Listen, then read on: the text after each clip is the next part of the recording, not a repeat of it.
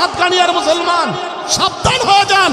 অন্তত পক্ষে নেতাদের বেলায় নেতাদেরকে সহজে আর বিশ্বাস করিলেন না, কারণ যেই নেতারা আপনাকে নিয়ে মারামারি লাগায় ওই নেতারা আবার খুব ঠিক আছে। আমি তো একটা কথাই বারবার বলি, পাটায় পুতায় গড়া ঘষাঘষি, মরিচের জীবন শেষ। নেতায় ঠিকই মিল, জনগণের জীবন শেষ। জোরে কোন ঠিক কিনা? অতএব আগাম দিনে আসতে হিসাব কইরা অন্তত পক্ষে আসতে করেন বিশ্বস্ত ওই নেতার সাথে চলবেন, যে নেতাকে দেখলে আল্লাহ স্মরণ হয়, যে নেতার সাথে অন্তত পক্ষে হাদিস কোরআনের কথা শোনা যায়, যে নেতা নামাজ পড়ে, যে নেতার মধ্যে সুন্নাহ আছে। আমরা এই জমিনে ওই নেতাই চাই। জোরে কোন ঠিক কিনা? মিথ্যাবাদী টাউটার বাটপার বহু দেখেছি পর্যন্ত, আর আমরা এই জমিনে অন্তত পক্ষে এমন নেতা দেখতে চাই। মুসলমান আমার ইমানদার বন্ধুরা, আমার বায়ানা, রহমানের গোলামের তৃতীয় নম্বর গুণ, ওয়াল্লাযীনা ইয়াবিতুনা লিরাব্বিহিম সুজদান ওয়া কিয়ামা। রহমানের গোলাম রাত্রিবেলা গুনাহের কাজে কাটাবে না। রহমানের গোলাম এমনি করে রাত্রিবেলা আরে আড্ডায় কাটাবে না। রহমানের গোলাম রাত্রিবেলা এভাবে করে করে বান্ধবীর সাথে চ্যাট করে কাটাবে না। রহমানের গোলাম এমনি করে মোবাইলে সময় দিয়ে কাটাবে না। রহমানের গোলাম কি করবে সেটা বলছি পড়ে। এটা নাও জোয়ান আমার তরুণ যুবক ভাই, রাত্রি যখন হয় তোমার গুনাহ আস্তে আস্তে করে বেড়ে যায়। কেমন করে বেড়ে যায়? কানের মধ্যে ফোনটা লাগিয়ে তুমি ওই মুহূর্তের মধ্যে বান্ধবীর সাথে কথা বলো, তুমি ওই মুহূর্তের মধ্যে তোমার এমনি করে বান্ধবীর সাথে এমনি করে চ্যাট করো, তুমি ল্যাংটা নারীর ছবি দেখো, তুমি এমনি করে বিভিন্ন নায়ক নায়িকার সিনেমা দেখতে থাকো। তুমি বাবা পাশের রুমে আমার বাবা আমাকে দেখে না, পাশেই আমার ভাই আমাকে দেখে না, এই আমাকে দুনিয়ার জন্য কেউ দেখছে না। কিন্তু তুমি জেনে রেখো, শুনে রেখো, এই পৃথিবীর বুকে তোমাকে কেউ না দেখলেও একজন তিনি দেখেন। তিনি কে? আল্লাহ তোমারে দেখেন আর বলেন, ইয়া আইয়ুহাল ইনসান মা গাররাকা বিরাব্বিকাল কারীম। আয় রে মানুষ, আমি কোন জিনিস থেকে তোরে রব্বে কারীম থেকে ফিরা দিল। এ বান্দা, এই দুনিয়ার কোনো নেতা নেত্রী তোর জবান দেই নাই, কোনো নায়ক নায়িকা তোর চক্ষুটা দেই নাই, এই কান এমনি করে কোনো গায়িকা তোরে দেই নাই, গায়ক গায়িকা দেই নাই, আমি আল্লাহ দিছি। তারপরও কেন না ফরমানি করো? আমার বন্ধু, আমার ভাই, এই জন্য রাত্রিবেলা গুনাহ করো না। করবাটা কি? নবী যেমন করেছেন, রাত্রিবেলা যেভাবে কাটিয়েছেন, নবী কেমন করে কাটিয়েছেন? নবী সারা রাত দাঁড়িয়ে দাঁড়িয়ে আল্লাহর সামনে এভাবে করে কাটিয়েছেন। হযরত আয়েশা সিদ্দিকা বলেন, আমি এমনি করে পাটা ধরে দেখতাম, পাটা পিলারের মতো শক্ত হয়ে যেত, আমার নবীর পা মুবারক ফুলে যেত। ও আমার নওজোয়ান, আমার তরুণ যুবক, আজ তুমি একদিনের জন্য নামাজ পড়তে চাও না, কেন তুমি আমার মালিকের সাথে রাগ করো না? আমার বন্ধু, আমার মালিকের কুদরতি কদমে সেজদা না তুমি কেন দাও না? বলো কেন? আমার মালিক কি দোষটা করলো তোমার সাথে? তোমার কি জন্য তুমি আজকে মালিকের ডাকে সাড়া দাও না? বলি অন্তত পক্ষে আল্লাহর জন্য অন্তত পক্ষে নামাজটাকে ধরো, রাত্রি মজার চাখো। কারণ নামাজের মধ্যে রাসূল দাঁড়াতেন, লম্বা রুকু করতেন, লম্বা সেজদা করতেন। এমনকি হযরত আয়েশা সিদ্দিকা বলেন, ভেবে দেখেছি আমি ওই মুহূর্তে মাঝে মাঝে চিমটি করে দেখতাম, না জানি রাসূলুল্লাহর জীবনের শেষ সেজদা কিনা। আসলে শেষ সেজদা না, রাহমাতাল লিল আলামিন সেজদায় পড়ে পড়ে আল্লাহর কাছে কাঁদতেন। কি বলে কাঁদতেন? কান পেতে শুনতাম একটাই আওয়াজ, সেটা আল্লাহুম্মা গফির লি উম্মতি। নিজের জন্য কাঁদে নাই, পরিবারের জন্য কাঁদে নাই, সন্তানের জন্য কাঁদে নাই, কেঁদেছে তোমার আমার জন্য। বলেছে আল্লাহর কাছে, আল্লাহ গুনাহগার উম্মতকে তুমি মাফ করো। এজন্য বলি ভাই, অন্তত পক্ষে তুমি টাঙ্গাইলের চমচম বগুড়ার দই, কুমিল্লার রসমালাই সবকিছুর মজা দেখেছ। আজ তোমাকে একটা মজার চাকার দাওয়াত দিয়ে যাই, সেটা হলো আজ অন্তত পক্ষে ঘরে যাবে, যাওয়ার পরে ঘরের ভিতরে ঢুকে অন্তত পক্ষে ঠান্ডা পানি দিয়ে ওযু টুকুন করে ঘরের কোনায় যায় নামাজটা বিছিয়ে তুমি অন্তত পক্ষে ঘরের কোনার ভিতরে এইভাবে দাঁড়িয়ে বলবে, বাবা নাই, মা নাই, আত্মীয় স্বজন কেউ নাই, আমার রবের সামনে আমি দাঁড়িয়েছি। হায় হায়, যখন নামাজের মধ্যে আল্লাহু আকবার বলে ঢুকবে, ঢুকবার পরে ওই মুহূর্তের মধ্যে তুমি সূরা ফাতিহা বলবে। সূরা ফাতিহা বলা তো মানে আমার আল্লাহর সাথে কথা বলা। আমার বন্ধুরা, যখন তুমি বলো আলহামদুলিল্লাহি রাব্বিল আলামিন, বলোটা কি জানো? আমার মালিক ডেকে ডেকে বলে, ফেরেশতারা বান্দা আমার বলছে তা কিরে? বান্দা আমার হামিদানি আবদি, আমার বান্দা আমার প্রশংসা করছে। যখন বলো আর রহমানির রাহিম, আমার মালিক বলে, আহারে আমাজ্জাদানি আবদি, আমার বান্দা আমার গুণ কীর্তন করছে। যখন বলো মালিক ইয়াউমিদ্দিন, আমার মালিক বলে, বান্দা আমার আথনা আলাইয়া আবদি, বান্দা আমারই তো এমনি করে প্রশংসা করছে। যখন এভাবে করে বলতে থাকো, আহা ইহদিনা ইয়্যাকা না'বুদু ওয়া ইয়্যাকা নাস্তাঈন, আমার মালিক বলে, ফেরেশতারা এটা আমার আর আমার বান্দার একান্তই কথা। যখন বলো ইহদিনাস সিরাতাল মুস্তাকিম সিরাতাল লাযীনা আন'আমতা আলাইহিম, তখন আমার মালিক ডেকে ডেকে বলে, ফেরেশতারা বান্দা আমার চাচ্ছেটা কিরে? বলে মালিক সরল সঠিক পথ চায়। আমার আল্লাহ ডেকে ডেকে বলেন, ফেরেশতারা বান্দা দুনিয়ার ধন দৌলত কিচ্ছু চায় না, সে সরল সঠিক পথটাই তো চায়। যা, আমি আল্লাহ তাআলা সঠিক পথের উপরে উঠা দিলাম। জবান খুলে কোন এই জন্য বলি, আজ রাতে যাবেন, যাবার পরে রুকু করবেন, সিজদা করবেন, সিজদার মধ্যে পড়ে অন্তত বলবেন, মালিক কুদরতের কদমে কপালখানা ঠেকা দিলাম, ফিরা যদি দাও যাবো কোথায়? আরে যখন অন্তত জীবনের গুণাগুলো স্মরণ করে চোখের কোণা থেকে যদি গরম পানিটা বের করতে পারেন, খোদার কসম কেটে একটা কথাই বলতে পারি, জীবনে এতটুকু সফল হবেন যে আপনার এত মজা পাবেন, জীবনে অন্য কিছুর মধ্যে আপনি এত মজা পান নাই। টাঙ্গাইলের চমচম, বগুড়ার দই, কুমিল্লার রসমালাই, পদ্মার ইলিশ খেয়ে যা মজা পেয়েছেন তার থেকে অধিকতর এক্সেস দায় মজা পেয়ে যাবেন। ছোট্ট একটা ওয়াদা নিতে চাই, আজ রাতে যে মালিকের গোলামের এই দাসত্ব প্রকাশ করবেন, ইনশাআল্লাহ 2 রাকাত হলেও কমপক্ষে তাহাজ্জুদের নামাজ পড়বেন। কারা কারা হাত ধরবেন? আল্লাহ তুমি কবুল করো, জোরে বলেন আমিন। ও মুসলমান, আমার বন্ধু, আমার ভাই, আর দুনিয়ার জমিনে দালান কোঠা, বাড়ি গাড়ি, মিল ফ্যাক্টরির মালিক হওয়া এটা সফলতা নয়, বরঞ্চ সফলতা হলো এটাই, দুনিয়ার জমিনে বান্দা সে আমার আল্লাহর কাছে যাবে, ওই মুহূর্তে এই আওয়াজটুকুন পাবে, ইয়া আইয়াতুহান নাফসুল মুতমাইন্না ইরজিই ইলা রাব্বিকি রাদিয়াতান মারদিয়া ফাদখুলি ফি ইবাদি ফাদখুলি জান্নাতি। হায়, সে চির সফল হয়ে যাবে আমার আল্লাহর ঘোষণায়। কারণ আমার আল্লাহ বলেন, ফামান যুহজিহা আনিন নার ওয়া উদখিলাল জান্নাহ ওয়া উদখিলাল জান্নাতা ফাকাদ ফাজ। জাহান্নাম থেকে যে মুক্তি পেল, জান্নাত যে অর্জন করলো, সে চির সফল কাম হয়ে গেল। চিৎকার মেরে জবান খুলে জোরে কোন সুবহানাল্লাহ। ও মুসলমান নওজোয়ান তরুণ যুবক, ভয় কিসের পাও? ভয় পাওয়ার তো কোনো দরকার নাই, ঘোষণা তো আমার আল্লাহর আছে, ওয়ালা তাহিনু ওয়ালা তাহজানু ওয়া আনতুমুল আ'লাউনা ইন কুনতুম মুমিনিন। ইমানদার যদি হও, ইমানদারের কোনো ভয় নাই, চিন্তা নাই। ও মুসলমান, আমার বন্ধু, আমার ভাই, তোমাদেরকে যে কথাটা বলতে চাই, নবী আমার যখন নাকি দেখলেন বেঈমানরা এভাবে করে সাহাবীদের উপর আঘাত করে, নবীর উপরে আঘাত করে, আল্লাহর নবী হাত বাড়ালেন আল্লাহর কাছে, আল্লাহুম্মা ইজ্জিল ইসলামা বিউমরাইন। ও আল্লাহ, 2 ওমরের এক ওমর দ্বারা ইসলামকে শক্তিশালী করো। একজন হলো ওমর ইবনুল হিসাম, যারা চিনেন আপনারা আবু জাহেল বলে, আরেকজন হলো ওমর ইবনুল খাত্তাব, যাকে চিনেন আপনারা হযরত ওমর ইবনুল খাত্তাব, ইসলামের দ্বিতীয় খলিফা। আমার বন্ধু, আমার ভাই, যখনই এই মুহূর্তের মধ্যে ইসলামের মধ্যে এমনি করে ছায়া তলে আসলো, কেমন করে আসলো? দারুন নাদওয়ায় ঘোষণা হলো, আছো মুহাম্মদের গর্দানকে আলাদা করে দিবে। ওই মুহূর্তের মধ্যে কেউ দাঁড়াতে সাহস নাই। কুরাইশের মধ্যে একজন যুবক দাঁড়ালো, সে হলো এমনি করে ওমর ইবনুল হিসাম। দাঁড়ানোর পরে ওই মুহূর্তের মধ্যে আমার নবীজির গর্দান আনার জন্য যখন গেল, কোরআনের ছোঁয়ায় দিলকে পরিবর্তন হলো। যেই জায়গায় নবীর গর্দান আনতে যাবে, ওই জায়গায় নবীর সামনে নিজের গর্দানকে সঁপে দিল। জোরে কন্যা সুবহানাল্লাহ না, আরো জোরে। যখন সঁপে দিল, নবীকে এবার ডেকে ডেকে বলতে লাগলো, নবী বলেন এবার মুসলমানের সৈন্য সংখ্যা কত? আল্লাহর নবী এবার ডেকে ডেকে বলেন, ওমর, তোমাকে নিয়ে কেবলমাত্র এখন 40 জন। বলে, ইয়া রাসূলুল্লাহ, চলেন একটু বাইতুল্লাহর সামনে যাই। কারণ বাইতুল্লাহর সামনে যাওয়ার অর্থ হলো, এই জামানার বুকে তো মাইক আছে, বিভিন্ন আছে, প্রচার মাধ্যম, ভাষণ দেওয়ার জায়গা। আর ওই জামানার মধ্যে ভাষণের জায়গা ছিল সেই বাইতুল্লাহ। ও মুসলমান, আমার বন্ধু, আমার ভাই, বলে কি জন্য যাবা? বলে একটা ঘোষণা দিব। ঘোষণাটা কি? আল্লাহর নবীকে বলে, ইয়া রাসূলুল্লাহ, একটু থামেন, আমি দেই। আল্লাহর নবীকে পাশে নিয়ে সেদিন হযরত ওমর একটা ঐতিহাসিক ভাষণ দিয়েছিল। ভাষণটাকে আমি আপনাদের সামনে দেব।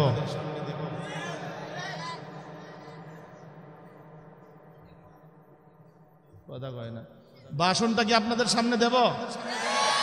দেওয়ার পরে দাঁড়ায় কিন্তু ধ্বনি দিতে হবে, ওমরের মতো করে ধ্বনি দিতে হবে। জোয়ান বুড়া বুঝি না, সবাই দাঁড়ায় আল্লাহর নামের ধ্বনিটুকুন দিতে হবে। রাজি আছেন তো ইনশাআল্লাহ? এবার দেখি কেমন করে দেন। আমি হযরত ওমরের সেই ভাষায় এমনি করে আপনাদেরকে ভাষণটা শুনিয়ে যেতে চাই।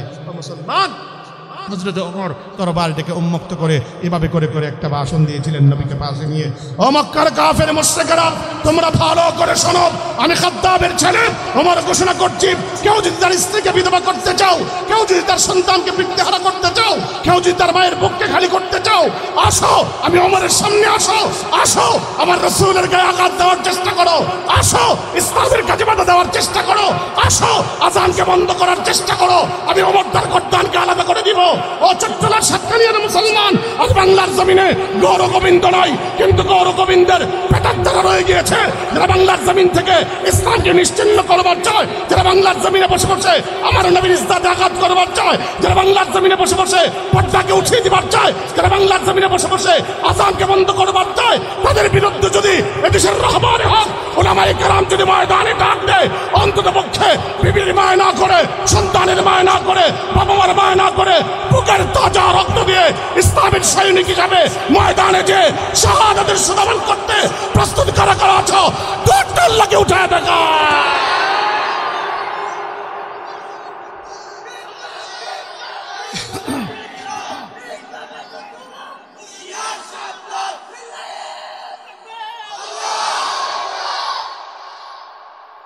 আল্লাহ কবুল করুন। আরো জোরে বলেন, আরো চিৎকার মেরে বলেন আমিন। আমার বন্ধু, আমার ভাই, আমি আপনি চাই অথচ ইমানদারের পাওয়ারের মূল জায়গা হলো, ইমানদারের সবচেয়ে বড় হাতিয়ার হলো ইমানের মনোবল। কাজে ইমানের মনোবল মজবুত রাখুক মুসলমান। খোদার কসম, সেই ভারত কেন, সেই আমেরিকাও পর্যন্ত আমাদের সাথে কুলিয়ে উঠতে পারবে না। জোরে কোন ঠিক কিনা? শুধু এতটুকু না, সেই নায়ক নায়িকা আমাদেরকে হুমকি দেয়, এতটুকুই না, ওই দেশের এমনি করে মহিলা হাম করে বিভিন্নভাবে কয়, আরে বাঙালি তোমাদের অস্ত্র নাই, গোলা বারুদ নাই, তোমাদের কিচ্ছু নাই। আমি বলি আমাদের কিছু লাগবে না, কারণ চুকুন হলো আমাদের অন্তত অতীতের দিকে তাকায় দেখ, বদরের প্রান্তরে আমরা তেমন ছিলাম না, আমরা ছিলাম 313 জন, তোরা তো ছিল ওই মুহূর্তের মধ্যে 1000। উহুদের প্রান্তরে আমরা তেমন ছিলাম না, আমরা ছিলাম কেবলমাত্র শুধুমাত্র আমরা ওই মুহূর্তে 1000, তোরা ছিল ওই মুহূর্তের মধ্যে 3000।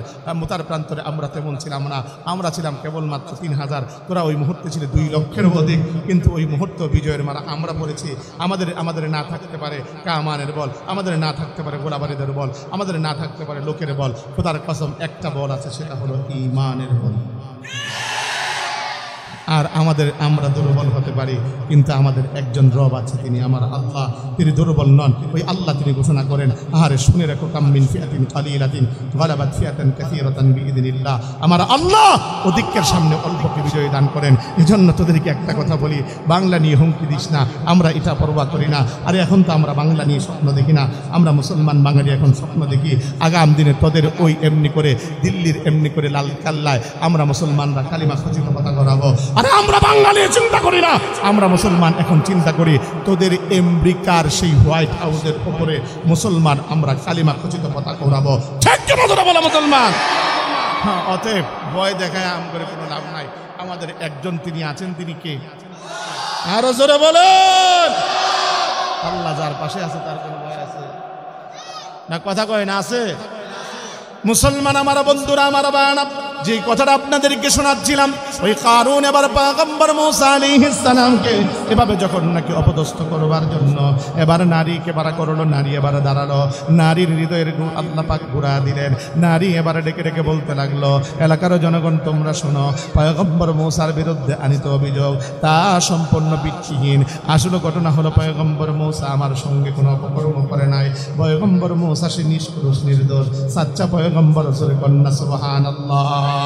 আমার প্রাণের বাড়া, আমার বন্ধুরা, যখনই এই কথার স্বীকৃতি সে দিল, দেওয়ার পরে পয়গম্বর মুসা আলাইহিস সালাম তিনি বড় রাগান্বিত হলেন। রাগ হয়ে তিনি বলতে লাগলেন, আয় আল্লাহ, যা আমি চাই তার ভালো, সে চাই আমার খারাপ। আল্লাহ, আমি চাই ওর মঙ্গল, ও চাই আমার অমঙ্গল। আল্লাহ, তুমি তার বিচার করো। আমার আল্লাহ ডেকে বলে, এ মুসা, আমি বিচার করবো না, যা জমিনকে তার অধীনস্থ বানা দিলাম। আজ জমিনকে তা তুই বলবি, এমনি করে জমিন তাই শুনবে। পয়গম্বর মুসা আলাইহিস সালাম তিনি আবার জমিনকে ডেকে ডেকে বলেন, জমিন, এই কারুনকে ধরো, তার সম্পদ সহকারে তুমি পাকড়াও করো। যখন নাকি তাকে ধরলো, তার সম্পদ সহকারে পাকড়াও করলো। আমার বন্ধু, আমার ভাই, এত বড় দাম্ভিক আর অহংকারী সেই এমনি করে কারুনকে আমার আল্লাহ মুহূর্তের মধ্যে মাটির গর্ভে এভাবে ঢুকিয়ে দিলেন। এমনি করে কিয়ামত পর্যন্ত যেতেই থাকবে। আমার আল্লাহ এত বড় সম্পদশালী অহংকারীকে আমার আল্লাহ সামান্য মাটি দিয়ে এভাবে করে করে ধ্বংস করে আমার আল্লাহ জানান দিলেন, এরে বান্দা, সন্ধ্যা এমনি করে দুনিয়ার জমিনে সম্পদের মালিক হবার পরে অহংকার করো না, কারণ আমি আল্লাহ অহংকারকারী জালেমকে পছন্দ করি না। একটু জোরে জোরে কর না, ঠিক কিনা? এজন্য বলি আমার বাবা, আমার বন্ধু, আমার ভাই, এই দুনিয়ার জমিনে সম্পদ হল, ক্ষমতা হল, এই দুনিয়ার জমিনে সুন্দর হলেন, এলেমের মালিক হলেন, এলেমের মালিক হলেন। আমি বলি কি করবেন? আমি বলি মাটির তৈরি মানুষ না আপনি, মাটির মতো বনে যান, কারণ এই দুনিয়ার জমিনে মাটির মতো যে বনে যাবে সেই সফল হয়ে যাবে। আরে প্রতিনিয়ত আমি আপনি যখন কবরের মধ্যে লাশখানা দাফন করি, প্রথম মাটি যখন দিই একটা দোয়া পড়ি, কোরআনের সেই আয়াত, মিনহা খলাকনাকুম ওয়া ফিহা নুঈদুকুম ওয়া মিনহা নুখরিজুকুম তারাতান উখরা।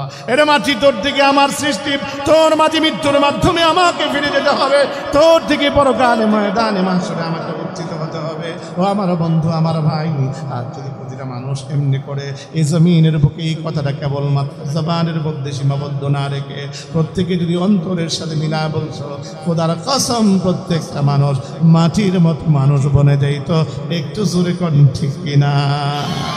আমার বন্ধুরা, আমার ভাইয়ের জন্য আপনাদের কাছে বলতে চাই, এই দুনিয়ার জমিনে সম্পদ হলব, ক্ষমতা হলব, এই দুনিয়ার জমিনে আপনি চান দুনিয়ার জমিনে ভাইরাল হতে, প্রসিদ্ধ হতে, আমি বলি কোনো সমস্যা নাই, আপনি সমস্যা নাই, দুনিয়ার জমিনে ভাইরাল হবেন। তবে পদ্ধতিটা একটু কেবলমাত্র বদলান। ফেস্টুন লাগবে না, ব্যানার লাগবে না, মাইকিং লাগবে না, লোকবল লাগবে না, আপনার জন্য বড় বড় বাহবাহ লাগবে না, অটোমেটিক আমার আল্লাহ আপনার ভাইরাল বা প্রসিদ্ধ বানা দিবে। কারণ বিশ্বনবী রাহমাতাল লিল আলামিন তিনি আবার ডেকে ডেকে বলেন, উম্মত, এই দুনিয়ার জমিনে তুমি যদি ভাইরাল হও, আল্লাহ পাক রব্বুল আলামিন এভাবে করে করে তোমার ভাইরাল বা প্রসিদ্ধ বানা দিবেন। এই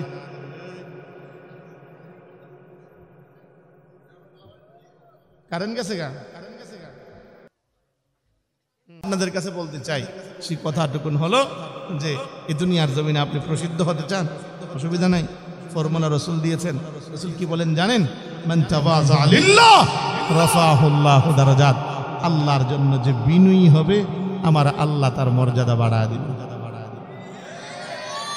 ঠিক না? সব জায়গায় কই এবার সুবহানাল্লাহ কোন, আরো জোরে কোন। ও মুসলমান, আমার বন্ধু, আমার ভাই, এই দুনিয়ার জমিনে আপনি যদি ভাইরাল হতে চান, আল্লাহর নবীর ফরমানটা গ্রহণ করে নেন। কারণ নবী আমার এভাবে করে বলেন, ভাইরাল হতে চাও তাহলে অবশ্যই ফর্মুলা গ্রহণ করে নাও। ফর্মুলা টুকুন কি? মান তাওয়াযা লিল্লাহ রাফাহুল্লাহু দারাজাত। আল্লাহর জন্য বিনয়ী হও, আমার আল্লাহ মর্যাদা বাড়া দিবে। কত পরিমাণ মর্যাদা আপনার আমার বাড়া দিবে। ও আমার বন্ধুরা, এই দুনিয়ার জমিনে যখন বৃষ্টি পড়ে, বৃষ্টির পানিটা কোথায় জমা হয়? নিশ্চয়ই উঁচা টিলায় নয়, নিচা জমিনেই কেবলমাত্র জমা হয়। আমার এই দুনিয়ার জমিনে যখন আল্লাহর রহমত এর বাড়ি দ্বারা বর্ষণ হয়, উঁচা গার বড় অহংকারের উপরে আল্লাহর রহমতের বাড়ি দ্বারা বর্ষণ হয় না। যার ঘাটটা আল্লাহর জন্য হয়ে আছে, তার উপরে আল্লাহর রহমতের বাড়ি দ্বারা বর্ষণ হয়। ছোট্ট একটা ঘটনা আপনাদেরকে বললেই আপনারা সহসাই বুঝবেন। আমার নবী এই মুহূর্তের মধ্যে পাশেই জিবরাইল আমার নবীকে ডেকে ডেকে বলতে লাগলেন, ও আখিরি জামানার পয়গম্বর, ওই যে চাদর মোড়া যে লোকটা দিয়ে যায় গো, ওই লোকটা কে গো? আপনার সাহাবী আবু যর না? আল্লাহর নবী, বিশ্ব নবী রাহমাতাল লিল আলামিন ডেকে ডেকে বলতে লাগলেন, এরে জিবরাইল, আমার সাহাবী আবু যর তো চাদর মোড়া দিয়ে যায়, তুমি তারে কেমন করে চিনলে? আল্লাহর নবী লাগলেন, শুনেন গো, আপনার সাহাবী আবু যর শুধুমাত্র কেবলমাত্র আমি চিনি না, আসমানের যত ফেরেশতা আছে সমস্ত ফেরেশতারা আপনার সাহাবী আবু যরকে চিনে। আল্লাহর নবীকে এবার বলতে লাগলেন, আল্লাহর নবী এবার বলেন, তাহলে বলো আমার সাহাবী আবু যরের মধ্যে এমন কি বিশেষ গুণ আছে যার কারণে আসমানের ফেরেশতারাও পর্যন্ত তারা চিনে? আল্লাহর নবীকে এবার বলতে লাগলেন, শুনেন, আপনার সাহাবী আবু যরের মধ্যে এমন কিছু বিশেষ গুণ আছে যার কারণে আসমানের ফেরেশতারাও তাকে চিনে। বলে কি সেই গুণ? প্রথম নম্বর গুণ হলো লিসিগারিহি আলা নাফসিহি। আপনার সাহাবী আবু যর নিজের বড় ছোট মনে করে। ও আমার বন্ধু, আমার ভাই, কত ছোট সে নিজেকে মনে করে। সে এই কথা ভাবে, এই দুনিয়ার জমিনে আমার আল্লাহ নিকৃষ্ট করে কাউকে যদি বানিয়ে থাকেন, সেটা বুঝি আমি আবু যর। এতটুকুই না, হযরত আবু যর নিজেকে ভাবে আমার আল্লাহ জাহান্নামী করে যদি কাউকে বানিয়ে থাকেন, সেটাই বুঝি আমি আবু যর। কিন্তু আমার আপনারা হালত হলো, এই দুনিয়ার জমিনে আমি আপনি যদি সামান্য থেকে সামান্য কিছু হতে পারি, আমার আপনার অবস্থা হয় আমি তো আমি আমার সমকক্ষকে কেউ নাই। একটু যদি নামাজ পড়ি ভাবি আমার মতো এমনি করে আমলদার আর কেউ নাই। একটু যদি তাসবিহ জানা টিপতে পারি ভাবি আমার মতো বড় এমনি করে বুজুর্গ এই জমিনে কেউ নাই। একটু যদি ক্ষমতার অধিকারী হতে পারি ভাবি আমার থেকে এমনি করে ক্ষমতাধর এই দুনিয়ার জমিনে কেউ নাই। আমি যদি সামান্য একটু অন্তরপক্ষে সম্পদের মালিক হতে পারি দান করি তাহলে ভাবি আমার থেকে দানবীর আর কেউ নাই। কিন্তু সাহাবীদের হালত ছিল তারা যত থেকে যত বড়ই হতেন তত তারা আল্লাহর জন্য বিনয়ী হয়ে যেতেন।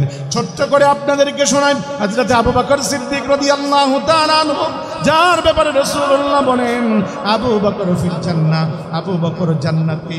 সাফ কথায় রাসূলুল্লাহ জানান দেন উম্মত হে তামাম পৃথিবীর সমস্ত মানুষের আমলনামা যদি এক পাল্লায় দেওয়া হয় আর আমার আবু বকরের এমনি করে আমলনামা যদি এক পাল্লায় দেওয়া হয় আমার আবু বকরের আমলনামার পাল্লাটা ভারী হয়ে যাবে। ওই আবু বকর এনার হাল হচ্ছে এমন ছিল বাপ হৃদয়ের কান লাগায় শোনেন। আবু বকর তো এমন ছিল হযরত আবু বকর সিদ্দিক জঙ্গলার মধ্যে চলে যাইতেন, গাছের পাতা ধরে ধরে বলতেন ইয়া লাইতানি কুনতু ওয়ারাকা, হায় রে গাছের পাতা, আমি যদি গাছের পাতা হয়ে যেতাম তা কতই না ভালো ছিল। হযরত ওমর যার ব্যাপারে রাসূলুল্লাহ বলেছেন ওমর ফিল জান্নাহ, ওমর জান্নাতি, ওমরের হালত এমন ছিল হযরত ওমর খবরের পাশে যা ঘোড়া ঘোড়া কানতেন। হযরত ওসমান, ওসমানের বেলায় যার ব্যাপারে রাসূলুল্লাহ বলেছেন ওসমান ফিল জান্নাহ, ওসমান জান্নাতি, ওই ওসমান পর্যন্ত কবরের পাশে যায় গোড়া গোড়া কানতেন আর বলতেন কবর কেমন করে তোর মাঝে থাকবো। আয় এই মুহূর্তে সাহাবীরা বলতেন চিন্তা করেন কেন, আপনি তো জান্নাতের সার্টিফিকেট প্রাপ্ত সাহাবী, আপনার তো চিন্তা করার দরকার নাই। হযরত ওসমান এই কথা বলতেন শোনো শোনো তোমরা ভালো করে শোনো, রাসূল তো এই কথাও বলেছেন আল কবরু রাউযাতুম মিন রিয়াদিল জান্নাহ আও হুফরাতুম মিন হুফারিন নার। আয় তাদের কি ফিকির ছিল পরকাল নিয়ে। আমার নবীও পর্যন্ত স্বয়ং যার জীবনে কোনো গুনাহ ছিল না ওই নবীও পর্যন্ত এভাবে করে বলতেন আল্লাহুম্মা হাসিবনি হিসাবান ইয়াসীরা, আয় আল্লাহ আমার পরকালের হিসাবটা তুমি সহজ কইরো। এরে আমার বাপ হৃদয়ের কান লাগায় কথাগুলো শোনেন। আজ যাদের চিন্তা করার দরকার ছিল না পরকাল নিয়ে তারা করে পরকালের চিন্তা। আজ আমার আপনার যাদের চিন্তা করার দরকার ছিল পরকাল নিয়ে আমরা করি না পরকাল নিয়ে চিন্তা। হায় হায় আমার আপনার কেবল আছে দুনিয়া নিয়ে চিন্তা। আমার আপনার দুনিয়া কেমন করে সাজাবো সে চিন্তা আজ বিপুর হয়ে আছে। সকালেও দুনিয়া, দুপুরেও দুনিয়া, বিকালেও দুনিয়া, রাতেও দুনিয়া, প্রতিটা মুহূর্তে দুনিয়া দুনিয়া। একটু হৃদয়ের কান লাগায় কথাগুলো শোনার চেষ্টা করেন। আমার নওজোয়ান কলিজার টুকরা আমার বন্ধু আমার দোস্ত তোমরাও শোনো। আয় হায় দুনিয়া নিয়ে আজ বড় বিপুর হয়ে আছে, অথচ আমার মালিক কি বলে জানেন? আমার মালিক ডেকে ডেকে বলেন আমাল হায়াতুদ দুনিয়া ইল্লা মাতাউল গুরুর। বান্দা যেই দুনিয়া নিয়ে তুমি স্বপ্ন দেখো, যে দুনিয়া নিয়ে আজ বড় এমনি করে বিপুর হয়ে আছো, ওই দুনিয়াটা আমি আল্লাহর কাছে কেমন জানো? আমি আল্লাহর কাছে কেবলমাত্র ধোঁকা আর ধোঁকা। হায় হায় আসলেই তো ধোঁকা। এই দুনিয়ার দালান কোঠা, বাড়ি গাড়ি, মিল ফ্যাক্টরি সবই তো আল্লাহ আমার জন্য এভাবে করে করে ধোঁকা আর ধোঁকা। আয় আমার বন্ধু আমার ভাই আমার মালিক বলে বান্দা যে দুনিয়া নিয়ে তুমি স্বপ্ন দেখো ওই দুনিয়া আমি আল্লাহর কাছে খেলার চলল। আমার মালিক এভাবে করে বলেন ওয়ামা হাযিহিল হায়াতুদ দুনিয়া ইল্লা লাহবু ওয়া লাইব। বান্দা যে হায়াত নিয়ে স্বপ্ন দেখো ওটা কেবলমাত্র আমি আল্লাহর কাছে এমনি করে খেলার চলল। ও আমার বাপ ছোট্টকালে বিল থেকে মাটি আই না, আমি আপনি যখন নাকি এই মাটি দ্বারা সেই শক্ত মাটি দ্বারা চুলা বানাইছি, ঘর বানাইছি, সেগুলোকে নিয়ে এমনি সানাবাতি আর জোলাবাতি খেলতে থাকতাম। ওই মুহূর্তের মধ্যে সন্ধ্যাবেলা মা ডাক দিত আব্দুল্লাহ করে আয়, বাবা ডাক দিত আব্দুর রহমান করে আয়, সব কিছুকে ভেঙে চুরমার করে মা বাবার ডাকে সাড়া দিতাম। হায় আমার মালিক এই কথাই বোঝান বান্দা এই দুনিয়ার জমিনে তোরে না পাঠাইছি নির্দিষ্ট কয়েকটা দিনের জন্য হায়াত দিয়া। বান্দা এই দুনিয়ার জমিনে তুই যায়া আজ আমি মালিককে ভুইলা গেলি, দুনিয়ার জমিনে সম্পদ বায়া তুই অহংকার করলি, বান্দা দুনিয়ার জমিনে এমনি করে ক্ষমতা বায়া তুই অহংকার করলি।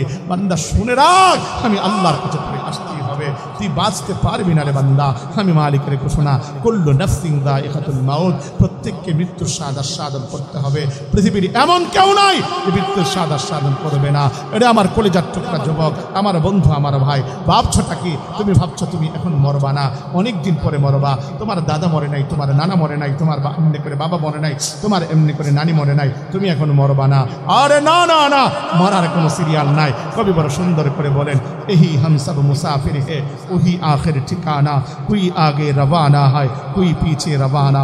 এই দুনিয়ার জমিনে তুমি আমি হলাম মুসাফির, আসার বেলায় বড় সিরিয়াল আছে, কিন্তু যাবার বেলায় কোনো সিরিয়াল নাই। আসার বেলায় আগে আসে বাবা, তারপরে আসে সন্তান, তারপরে আসে বাকিরা, কিন্তু যাবার বেলায় এমন ঘটনা গইটা যায়, বাবার আগে সন্তান চইলা যায়। শত এমন ঘটনা আপনাদেরকে শোনাতে পারবো, চোখে দেখা অসংখ্য ঘটনা। এই তো কয়েকদিন আগে, এই তো গত 1.5 সপ্তাহ আগে আমাদের এক মহাব্বতের ভাই বন্ধু বড় আলেমেদিন মুফতি আমজাদ হোসেন আশরাফি, বড় একজন আলোচক, আপনাদের চট্টরা এমনি করে কক্সবাজারে প্রচুর আসেন। ওই আমজাদ হোসেন আশরাফি ভাইয়ের ছোট্ট সেই 14 মাসের সন্তান দুনিয়ার জমিন থেকে চলে গেল। হায় আমার ভাইকে আপনি জিজ্ঞাসা করবেন দুনিয়াটা কি, সে একটাই এক কথায় উত্তর দেবে, দুনিয়া বড় ধোঁকা, দুনিয়া বড় ধোঁকা, দুনিয়া বড় ধোঁকা। হায় আমার বন্ধুরা, আসলে এই তো টাকা দেখেন না, এই দুনিয়ার জমিনে আপনার দাদা ছিল চোখের সামনে, ওই দাদা নাই, বাবা ছিল বাবা নাই, নানা ছিল নানা নাই, নানি ছিল নানি নাই, দাদি ছিল দাদি নাই, বাবার সে আদরের এমনি করে বাবা, সে বাবা পর্যন্ত দুনিয়ার জমিনে নাই। হায় হায়, চোখের সামনে এই জাজ্জলিমান মানুষগুলো, সুঠাম দেহের অধিকার মানুষগুলো আজ কবরের নিচে চলে যাচ্ছে। একবারও বুঝো না নওজোয়ান, একবারও বুঝো না বাপ, অন্তত পক্ষে বুঝবার তো কথা। ও আমার বাপ, কেন এত অবহেলা এই দুনিয়া নিয়ে, কেন এত এমনি করে বিভোর হয়ে আছেন? চুলদারি পায়খানা সাদা হয়ে গিয়েছে, বারবার আপনাকে এরা কবর সিগন্যাল দিচ্ছে আর বলছে আমি তো একাকিত্বের ঘর, আমি তো সাপ বিচ্ছুর ঘর, আমি তো পোকামাকড়ের ঘর, কাজে দুনিয়ার জমিনে হিসাবটারে মিলায় আইস। এজন্য বলি অন্তত পক্ষে দুনিয়ার জমিনে তো থাকবেন, অন্তত পক্ষে দুনিয়ার জমিনে থাকবার ক্ষেত্রে একবার তো বিবেক করবেন। সাজায়েন নাই দুনিয়া, অন্তত পক্ষে বিভোর হয়ে যায়েন না দুনিয়া নিয়ে। আহারে ঘুরিও এমনি করে আসমানে উড়ে বিভিন্ন দিকে নোক্তা কাটে আর বলে পাবে না আমারে কেউ ছবে না। আমারও এই অবস্থা হয়েছে, দুনিয়ার জমিনে এসে আমি আপনি ভাবছি আমিও যাব না, আল্লাহর কাছে ধরা দেব না, দুনিয়া নিয়ে পড়ে থাকবো। हाय हाय कवि बड़ा सुंदर करे बोझान कागज कट कर घुरी बनाकर उड़ा दिया आसमान में घुरी बेचारा का क्या हाल है रस्सी मेरे हाथ में कागज कईटा घुरी बनाया যখন আসমানে উড়া দিছি ঘুরিও ভাবে পাবে না ছবে না কিন্তু সন্ধ্যা বেলায় নাটাই ধরে টান দিলে আসমানে আর ঘুরি থাকতে পারে না। এজন্য বলি বন্ধু একবার তো বিবেক খাটাও, একবার তো চিন্তা করো, আল্লাহর সামনে দাঁড়াতে হবে, আল্লাহর সামনে নিজের চেহারাকে দেখাতে হবে, আল্লাহর সামনে তোমাকে যেতেই হবে। কাজী দুনিয়ার সাথে সম্পর্ক কি রাখবা? जगह जी लगाने के लिए ये दुनिया नहीं है, इबारत जा है तमाशा नहीं है। अरे मन লাগানোর জায়গা এই দুনিয়া না, মন লাগানোর জায়গা এই আখিরাত। বলে দুনিয়াটা কি? বলে দুনিয়া হলো कभी सुख है कभी दुख है, यही का नाम दुनिया है। अभी क्या था अभी क्या है, यही दुनिया बदलती है। দুনিয়ার রং বদলায়, আল্লাহর ওই জান্নাতের রং বদলায় না। এজন্য বলি অন্ততপক্ষে যেতেই যখন লাগবে আল্লাহর কাছে, দুনিয়ার আমিত্ব আর বরত্ব ছাড়েন। কারণ হলো আল্লাহর সামনে জীবনের প্রতিটা ক্ষণের হিসাব দেওয়া লাগবে। কবি বড় সুন্দর করে বলেন, আরে আকিল না হো গাফিল, तुझे एक दिन ये दुनिया से जाना है, तुझे एक दिन ये मुह अपनी रब को दिखाना है। বুদ্ধিমান এই দুনিয়ার জমিন থেকে যাওয়াই লাগবে, আল্লাহর সামনে চেহারা দেখানোই লাগবে। দুনিয়ার আদালত থেকে বাধা যায়, কিন্তু আল্লাহর আদালত থেকে কখনো বাধা যায় না। দুনিয়ার আদালতে হাজিরা দেওয়া যায় টাকার মাধ্যমে, ক্ষমতার মাধ্যমে, আল্লাহর আদালতে তা বাড়া যায় না। এজন্য বলি বাপ অন্ততপক্ষে আল্লাহর জন্য একটু পরকালের প্রস্তুতি নেন। দুনিয়ার অহংকার ছাড়েন, আমিত্ব ছাড়েন, টাকার অহংকার, ক্ষমতার অহংকার ছাড়েন, আল্লাহর জন্য বিনয়ী হন। রাজি কারা হাতটা উঠায় আমার আল্লাহকে দেখেন ইনশাআল্লাহ। আল্লাহ তুমি কবুল করো, জোরে বলেন আমিন, আরো জোরে বলেন না আমিন। হযরত আবু যর গিফারী রাদিয়াল্লাহু তাআলা আনহু দ্বিতীয় নম্বর গুণ হলো লিকাসরাতি তিলাওয়াতি সূরাতুল ইখলাস। আপনার আবু যর গিফারী অধিক পরিমাণ সূরা ইখলাস তেলাওয়াত করে। আমার নবী এবার ডেকে ডেকে বলেন, উম্মত যদি কেউ একবার সূরা ইখলাস মানে কুল হুয়াল্লাহ এই সূরাখানা পাঠ করে, আমার আল্লাহ তার আমলনামায় 10 পারা কোরআন পড়ার সমপরিমাণ সওয়াব দান করেন। ভুল লাগে জায়গা সুবহানাল্লাহ কইছে, আরো জোরে বলেন। কেউ যদি 2 বার পাঠ করে, আমার আল্লাহ তার আমলনামার ভিতরে এমনি করে 20 পারা কোরআন পড়ার সমপরিমাণ সওয়াব দান করেন। কেউ যদি 3 বার সূরা ইখলাস পাঠ করে, আমার আল্লাহ রাব্বুল আলামিন তার আমলনামার ভিতরে 30 পারা মানে 1 খতম কোরআন পড়ার সমপরিমাণ সওয়াব দান করেন। জবান খুলে কন্যা সুবহানাল্লাহ। এজন্য প্রতিদিন অন্ততপক্ষে আধা মিনিট সময় লাগবে কুল হুয়াল্লাহ 3 বার পড়তে। প্রতিদিন পড়তে রাজি আছেন তো ইনশাআল্লাহ? আল্লাহ কবুল করুন, জোরে বলেন আমিন। রহমানের গোলামের 2য় নাম্বার গুণ, 3য় নাম্বার গুণ, 4র্থ নাম্বার গুণ রয়ে গেছে। আপনাদের কি বিরক্ত যদি লাগে বলবো না? বিরক্ত লাগছে কার কার হাত ওঠান? মাশাআল্লাহ। আমার মসজিদে একদিন বলতেছিলাম জাহান নামে যাইতে রাজি আছেন কারা কারা? 2 জন। আমি ডাক দিলাম, মুরব্বি। পরে মুরব্বি আমার দিকে তাকাইছে, তাকায় আমার কি হয়েছে? আমি কইলাম হাত উঠাইলেন কে? আমার হুজুর কি হয়েছে? আমি বললাম, আমি বলছি জাহান নামে যাইতে রাজি আছেন কারা? হাত উঠাইলেন যে? হুজুর বুঝছি না। ভাবছি আপনি যা কোন সবই তো সত্য কোন, তা হাত উঠাইছে হুজুর আবেগে। তা আপনারা কি আমার কথা আবেগে শুনবেন না বিবেকে শুনবেন? বিবেকে শুনতে রাজি কারা? হাত উঠান ইনশাআল্লাহ। একটা নারা দেন, আল্লাহু আকবার বলেন। আল্লাহ কবুল করে জোরে বলেন আমিন। আর একটা কথা জিগাই আপনাদের,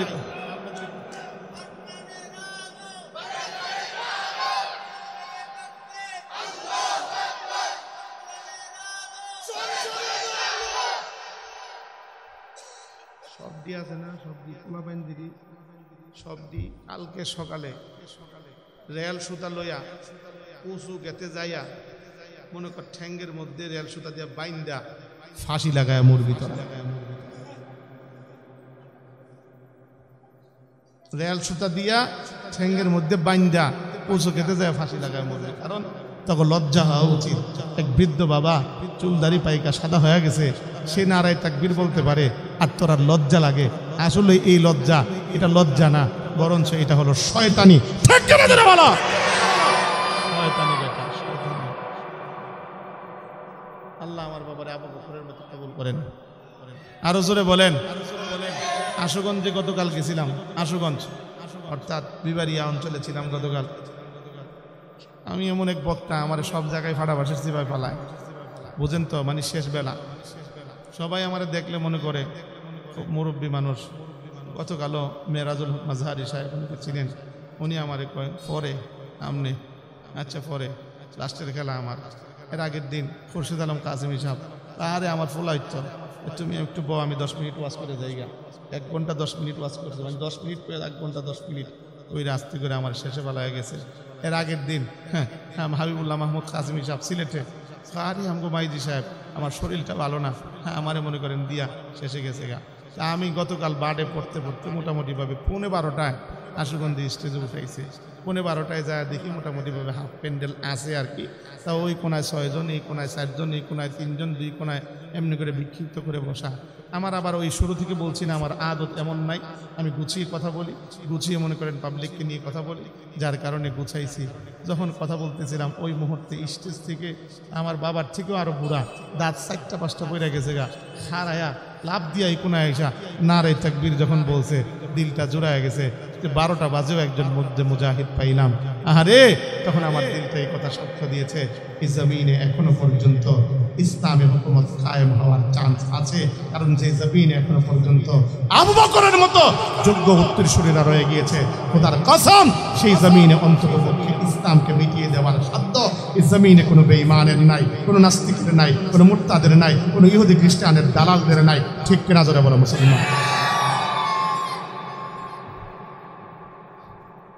আছে, এখনো আছে, এখনো আছে, অন্তত পক্ষে দিনের জন্য জীবন দিয়ে দিবে, আছে। মুসলমান আমার বন্ধুরা, আমার ভাইরা, রহমানের গোলামের দ্বিতীয় নাম্বার গুণ হল ওয়াইদা খাতাবাহুমুল জাহিলুনা ক্বালু সালামা। রহমানের গোলামকে গালি দিলে গালির প্রতি উত্তরে সে গালি দেয় না, শান্তির দোয়া করে। কেমন করে শান্তির দোয়া করে? যে গালি দিয়েছে, গালির প্রতি উত্তরে গালি তো দেয় না। আয় হায়, আমাদের অভ্যাস হলো গালি দিলে আমরা একটা দেই না, 14 গোষ্ঠী উদ্ধার করে ছাড়ি। সাতকানিয়া এটা নাই, আসেনি? হ্যাঁ, যদি আমার একটা থাপ্পড় দেয় প্রতি উত্তরে আমি একটা দেই না, হাতটারে আস্তে করে গুছাই, পারি আর না পারি ডাক দেয়া কই সাইরা দে আমারে। খোবাইরা মুয়াজ্জাব আসেনি? এমন প্লেয়ারকে কোনোদিন ধরবেন না, সাবধান। ধরলেই মনে করেন এদের গিয়ার বাড়ে, দিবেন সাইরা, দেখবেন সামনে মনে করেন বাড়বো, আর বাড়বো না। কারণ কুকুর যেমন ব্রেক সাথে মনে করেন ঘুরায় আবার পিছনের দিকে ব্রেক করে, আস্তে করে তেমনি ব্রেক করবে, জোরে করে, ঠিক কিনা? মুসলমান আমার বন্ধুরা, আমার ভাইরা, আমার নবীও ছিলেন রহমানের গোলাম। কেমন গোলাম ছিলেন? নবীকে গালি দিলে গালির প্রতি উত্তরে গালি দিতেন না, নবীকে আঘাত করলে আঘাতের প্রতি উত্তরে আঘাত করতেন না, নবীকে এভাবে হত্যা করার চেষ্টাও করলে নবী তাকে কোনোদিন জিজ্ঞাসা করতেন না। লম্বা সেই ঘটনা আপনাদেরকে শোনাতে চাই না। নবীকে এমনি করে গালি দিয়েছে, আমার নবীকে বলেছে আসসালামু আলাইকুম, আমার নবী আস্তে করে চুপ হয়ে গিয়েছে, বলেছে ও নবী তোমার উপরে মৃত্যু বর্ষিত হোক। হযরত আয়েশা সিদ্দিকা তিনি ছিলেন পাশে, ঠিক ওই মুহূর্তের মধ্যে বলতে লাগলেন ও আলাইকুম তোর উপরে মৃত্যু বর্ষিত হোক। নবী আমার ডেকে ডেকে বলেন আয়েশা রে, আমি কারোর জন্য এই দুনিয়ার জমিনে মৃত্যু কামনা করতে আসি নাই, আমি এসেছি মুহাম্মদ এই দুনিয়ার জমিনে রাহমাতাল লিল আলামিন হিসাবে। জবান খুলে পড়না সুবহানাল্লাহ। ও মুসলমান আমার বন্ধু, আমার ভাই, নবী বাইতুল্লাহ সাজদারত অবস্থায় আমার নবীর পিঠের উপরে ইটুটের পচা নারী পুরে চাপিয়ে দেওয়া হয়েছে। ওই মুহূর্তেও নবী কারোর জন্য বদদোয়া করেন নাই। নবী তায়েফের প্রান্তরে আমার নবীকে এমনি করে রক্তে রঞ্জিত করেছে, একবার দুইবার না, তিনবার করে বেহুশ করে জমিনে ফেলে দিয়েছে। নবীর পায়ের মধ্যে রক্তের চাকা বেঁধেছে। ফেরেশতারা বলেন না একটু জমিন উল্টা দে, বলে না আমি মাফ করে দিয়েছি। আমার নবী এমনি করে উহুদের প্রান্তরে নবীর এমনি করে করা লেগে নবীর দান্দান মুবারক শহীদ হয়ে যায়, এমনি করে জমিনটাকে এমনি করে রক্তে রঞ্জিত হয়ে যায়। নবী তারপরেও বদদোয়া করেন না। আমার বন্ধুরা, আমার ভাইরা, নবীর আখলাক গুলো প্রতিটা মুহূর্তে জীবনের মধ্যে বাস্তবায়ন করা দরকার। যদি আমি আপনার জীবনে, আমার জীবনে যদি রাসূলের আখলাক গুলো বাস্তবায়ন করতে পারি, সমাজটা কেমন হবে এই বলি আপনাদেরকে এই বিষয় থেকে সামনে নিয়ে যাব। আমার বন্ধুরা, আমার ভাইরা, নবী আমার ওফাতের পরে হযরত আবু বকর তিনি প্রধান খলিফা, হযরত ওমর তিনি প্রধান বিচারপতি। ওই মুহূর্তের মধ্যে এমনি করে হযরত ওমর আল্লাহ এমনি করে হযরত আবু বকরের কাছে এসে বলতে লাগলেন আপনার এই দেশের মধ্যে প্রধান বিচারপতির দায়িত্বে আমি থাকতে চাই না। বলে কি হয়েছে আপনার কি অন্ততপক্ষে আমার এই খলিফা হওয়ার আপনার ইচ্ছে জেগেছে নাকি, নেতা হওয়ার ইচ্ছে জেগেছে নাকি? হযরত ওমর উত্তর করে বলেন আস্তাগফিরুল্লাহ, নেতা হব নিজে দূরের কথা, অন্ততপক্ষে নেতা হওয়ার জন্য নিজেকেই আমি যোগ্য মনে করি না। নেতা হওয়ার লেগে নিজেদের যোগ্য মনে করি না, আর আমরা দেশের যোগ্য সম্পূর্ণ নেতার অভাব নাই। জোরে কোন, যার কারণে ক্ষমতায় যাওয়ার জন্য মারামারির শেষ নাই। কথা কন না কেন? ও সাতকানিয়ার মুসলমান, সাবধান হয়ে যান। অন্তত পক্ষে নেতাদের বেলায় নেতাদেরকে সহজে আর বিশ্বাস করিলেন না, কারণ যেই নেতারা আপনাদের নিয়ে মারামারি লাগায় ওই নেতারা আবার খুব ঠিক আছে। আমি তো একটা কথাই বারবার বলি, পাটায় পোতায় গড়া কষাকষি, মরিচের জীবন শেষ। নেতায় ঠিকই মিল, জনগণের জীবন শেষ। জোরে কোন ঠিক কিনা? অতএব আগাম দিনে আসতে হিসাব কইরা অন্তত পক্ষে আসতে কইেন বিশ্বস্ত ওই নেতার সাথে শুনবেন, যে নেতাকে দেখলে আল্লাহ স্মরণ হয়, যে নেতার সাথে অন্তত পক্ষে হাদিস কোরআনের কথা শোনা যায়, যে নেতা নামাজ পড়ে, যে নেতার মধ্যে সুন্নাহ আছে। আমরা এই জমিনে ওই নেতাই চাই। জোরে কোন ঠিক কিনা? মিথ্যাবাদী টাউটার বাটপার বহু দেখেছি পর্যন্ত, আর আমরা এই জমিনে অন্তত পক্ষে এমন নেতা দেখতে চাই